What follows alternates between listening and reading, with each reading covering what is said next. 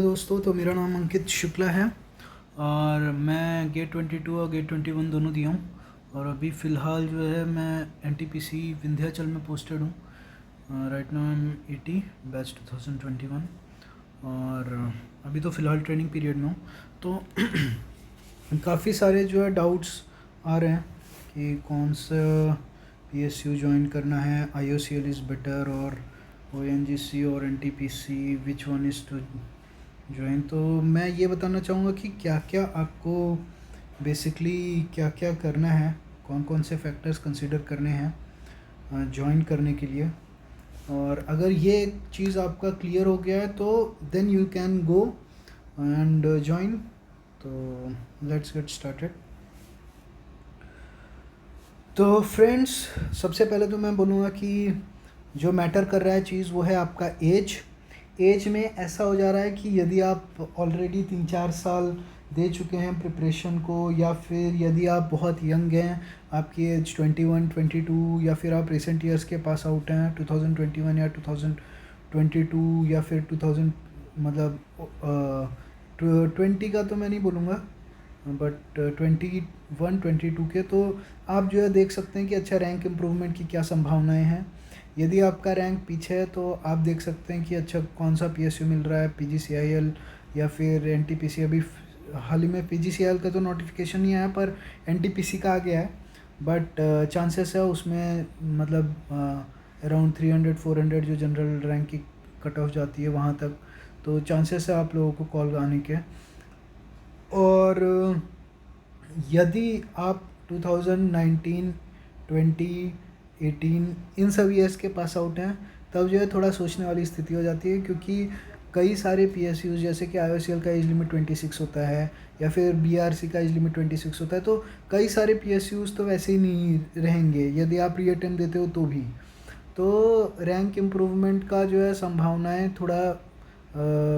थोड़ा जो है रिस्क अपने हिसाब से देखिएगा कि whether you can take it और नॉट, और फिर जो है डिसाइड करिए कि पीएसयू ज्वाइन करना है कि नहीं करना है अपने रैंक के अनुसार। और फिर यदि आपका रैंक ऑलरेडी अच्छा है तो मैं मोस्टली इसमें फोकस करने वाला हूँ कि आपका जो है जैसे क्या क्या क्राइटेरिया, यदि आपके रैंक अच्छे हैं तो क्या क्या और क्राइटेरिया मतलब तय किया जाए कि पीएसयू सिलेक्शन के लिए। तो ये वाला तो एक चीज़ हो गया। अब देखिए दूसरा चीज़ आता है फैमिली। फैमिली में मेरे को ऐसा लगता है कि मेरे लिए बहुत ज़्यादा इम्पोर्टेंट रहता है। यदि आपका पीएसयू या फिर आपका जो जॉब लोकेशन है वो आपके फैमिली के पास है तो कंटिन्यूस सपोर्ट मिलता है, बजाय कि आप कहीं दूर पोस्टेड हों, अकेले हों, सब कुछ वो अकेले करना पड़ रहा है तो थोड़ा हार्डशिप बढ़ जाती है। और जॉब में फिर जितना हार्डशिप बढ़ता है उतना आप सोचते हो कि अच्छा जॉब नहीं पसंद आ रहा है, ऐसा है वैसा है, रीजंस ढूंढने लगते हो छोड़ने का, ना काम करने का। तो मुझे ऐसा लगता है कि family is one of the most important crucial thing in selection of PSU. अब यदि आप मान लीजिए कि राजस्थान में और आपको जयपुर लोकेशन मिल रहा है, अपने घर के पास वाला लोकेशन मिल रहा है, तो you should definitely go for it कि ठीक है मुझे ये कंफर्टेबल पीएसयू लग रहा है और फैमिली पास में है। ऑल्दो थोड़ा सैलरी से कॉम्प्रोमाइज़ हो जाए, प्रमोशन से कॉम्प्रोमाइज़ हो जाए, बट इट्स स्टिल ओके। अब उसके आगे भी कुछ कुछ फैक्टर्स कंसिडर करना है कि कितना आपके लिए ओके है। तो वो थर्ड चीज़ आ जाती है कि जैसे लाइफस्टाइल, वहाँ पे वो पीएसयू में स्पोर्ट्स अम्यूनिटीज़ है कि नहीं। जैसे कि अगर कोई स्टेट गवर्नमेंट का ही पीएसयू या फिर आप स्टेट गवर्नमेंट के इलेक्ट्रिसिटी बोर्ड में ज्वाइन कर लिए हैं तो उसमें देखना है कि अच्छा ये सब एमिनिटीज़, टाउनशिप वाली फैसिलिटीज़ ये सब नहीं मिलती है वहाँ पे, सब कुछ जो है खुद ही करना पड़ता है। बट स्टिल एक इंसान का रहता है कि अच्छा मेरे घर के पास है और मेरे स्टेट में है, मेरे रीजन के लोग हैं, वहाँ पे बातचीत करने को, कम्युनिकेशन करने को बहुत ईज़ होगा, तो दे गो फॉर इट, कोई दिक्कत नहीं है। तो लाइफस्टाइल वाला एक चीज़ आ जाता है। दूसरा चीज़ ब्रांच, जैसे कि आईओसीएल अगर कोई ज्वाइन कर रहा, मार्केटिंग में डाल रहा, कोई रिलेवेंसी नहीं है उसके ब्रांच से, ठीक है, बस वैकेंसी है, फिल कर दिए, अपना काम कर रहे हैं। तो आपको यदि आपके ही ब्रांच से स्टिक रहना है, अगर मैकेनिकल के हैं, इलेक्ट्रिकल के हैं, सिविल के हैं और आपके ही ब्रांच से आपको स्टिक रहना है, then it's good for you, there is no issue. But अगर जो है कोई पीएसयू ऐसा है और आपको इंटरेस्ट बहुत ज़्यादा, मतलब इंटरेस्ट है अपने ब्रांच से ही वर्क करने का, जैसे कि मेरा फ्रेंड था वो आईओसीएल में था, but he left IOCL although उसकी सैलरी कॉम्प्रोमाइज़ थी. He joined NBCC because he was from civil engineering. तो ऐसा आप लोग भी डिसीजन ले सकते हैं कि अच्छा ब्रांच स्पेसिफिक मेरा काम रहे, बट वहाँ के अलग प्रोज एंड कॉन्स थे जो भी है. फिर जॉब की प्रोफाइल कैसी है, मतलब कि आप कहाँ पे जॉब करेंगे, फील्ड जॉब है कि कंट्रोल रूम में बैठना है कि ऑफिस में बैठना है, नेचर ऑफ वर्क कैसा है, पब्लिक डीलिंग ज़्यादा इन्वॉल्व है, कितना ज़्यादा रिस्पॉन्सिबिलिटी है, कितना ज़्यादा अकाउंटेबिलिटी है वहाँ पे, वो सब भी फैक्टर्स थोड़े कंसिडर करने हैं. और फिर जो है सबसे इम्पोर्टेंट चीज़ पे आते हैं, आपका सैलरी और पर्क्स पे.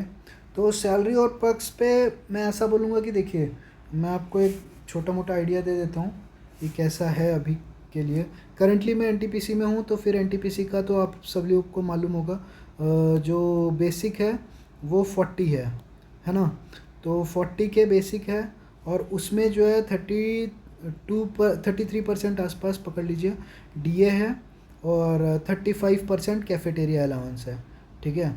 बट अभी ट्रेनिंग पीरियड में ये 17.5% ही मिलता है, और DA आपको फुल मिलता है और बेसिक आपको फुल मिलता है. और जो गिन चुन के सैलरी हो जाती है पूरा ये इसको ले दे के, तो वो आसपास अप्रॉक्स 60K के आसपास मिलता है, टैक्स सेविंग स्कीम्स सब लगा के. और बाकी वगैरह वगैरह फैसिलिटीज़ अवेलेबल है, जैसे कि लिवरीज मिल जाता है 45,000 यहाँ पे. तो लिवरीज का फैसिलिटीज़ है, और वगैरह वगैरह अलाउंसेस है, जैसे कि आपका नाइट अलाउंस मिलता है हम लोगों को.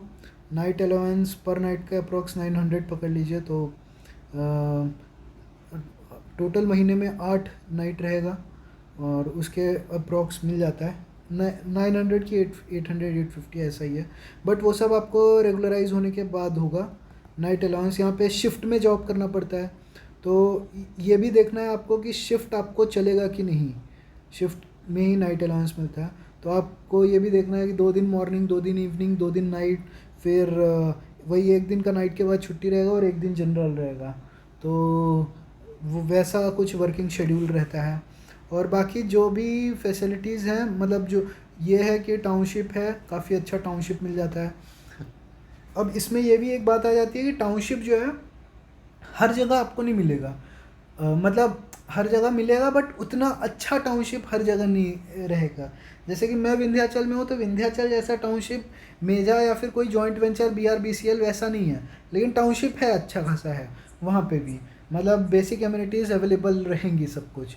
बट जैसे कि यहाँ पे दिल्ली पब्लिक स्कूल अवेलेबल है, सेंट पॉल स्कूल अवेलेबल है, मार्केटिंग सेंटर बहुत अच्छा है. तो ये सब जो है कुछ कुछ जगह पे नहीं अवेलेबल है, but most of the plants में, मोस्ट, ठीक है. जैसे कि यहाँ इसके पहले मेरी ट्रेनिंग सीपत में हुई थी, तो सीपत का प्लांट या फिर कोई भी आप प्लांट ले लीजिए, यहाँ पे आसपास रिहंद है, सिंगरौली है, झज्जर, रामागुंडम, सोलापुर, मौदा, सिमाद्री, ये सब प्लांट्स में मैक्सिमम फैसिलिटीज़ अवेलेबल हैं.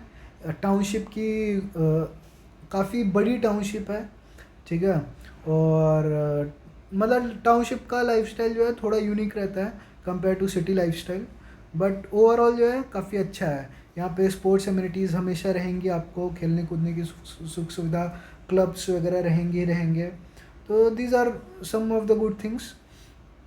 और जैसे कि मैं बेसिक अगर कंपैरिजन करूँ, एक और चीज़, मतलब क्या बोलते हैं, कार के लिए जो पेट्रोल अलाउंस है वो भी मिल जाता है, बाइक के लिए भी मिल जाता है, तो लगभग उसका भी 8,000 पकड़ लीजिए.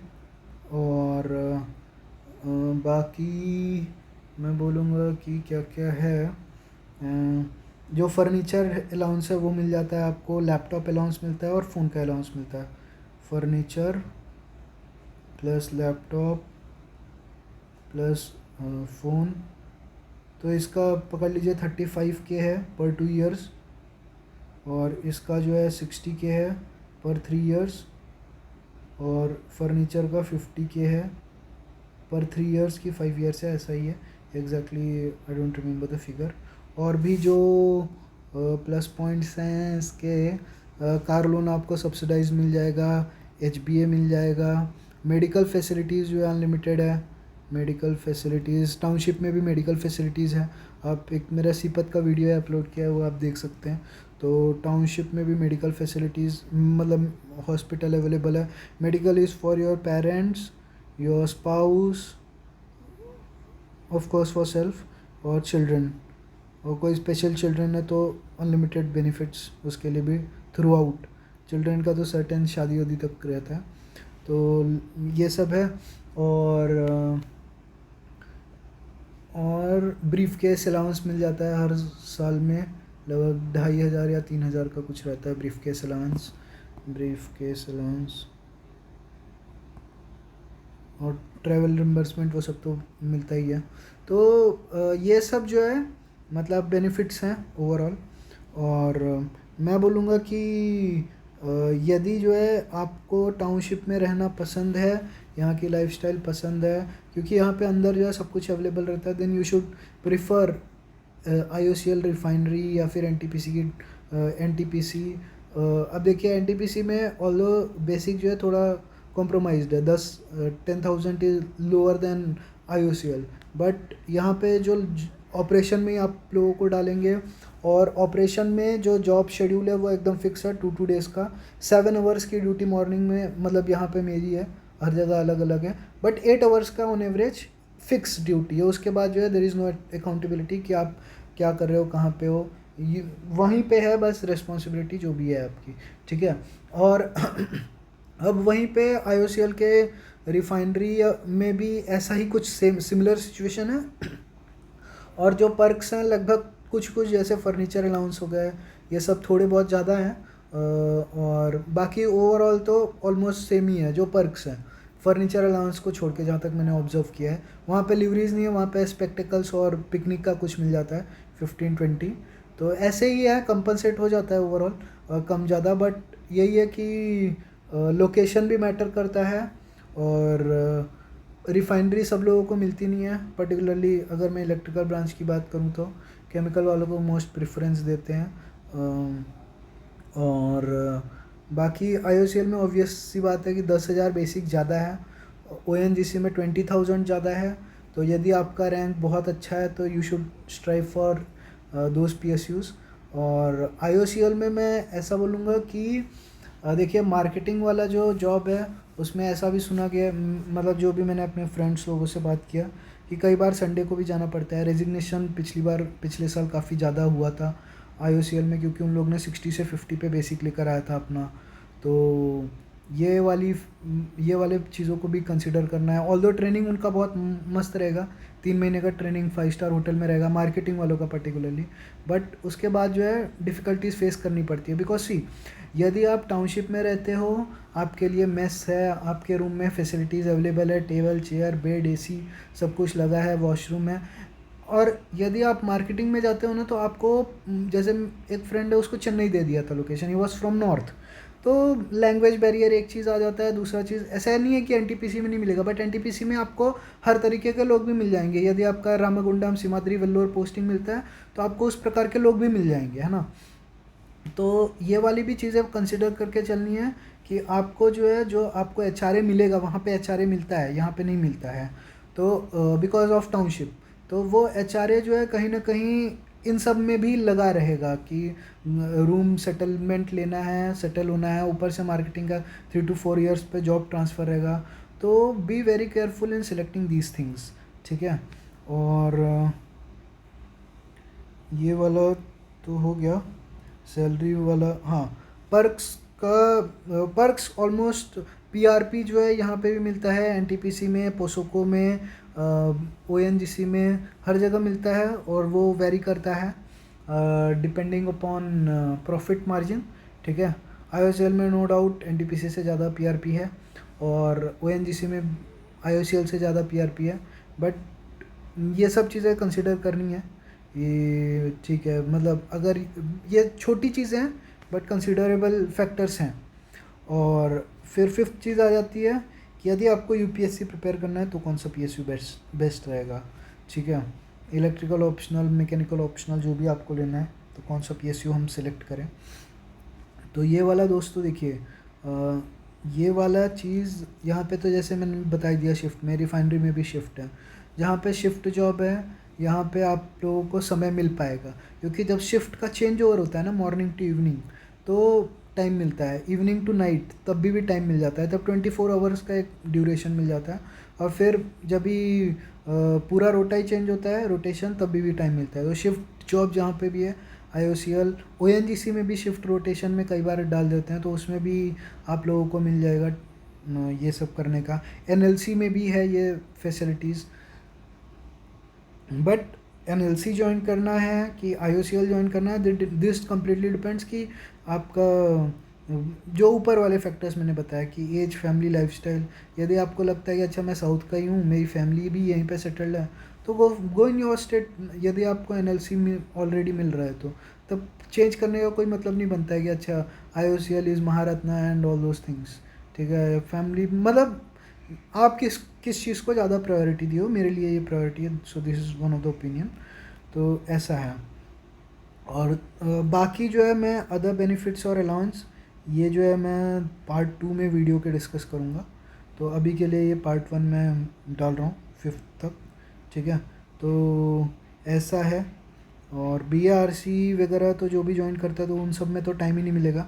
आप भूल जाइए कि BRC, NPCIL, DRDO में आप जो है UPSC का प्रिपरेशन कर पाओगे, बिकॉज लाइफ इज़ मतलब वहाँ पे कम्प्लीटली पढ़ना ही पड़ेगा, पूरा टाइम पढ़ना पड़ता है। तो ये तो भूल ही जाइए कि UPSC भी फिर देना है। ठीक है, बाकी ये सब कुछ चिल PSUs हैं, तो यहाँ पे प्रिपरेशन हो सकता है। तो दोस्तों बाकी का चीज़ें मैं दूसरे वीडियो में बताता हूँ। Thank you.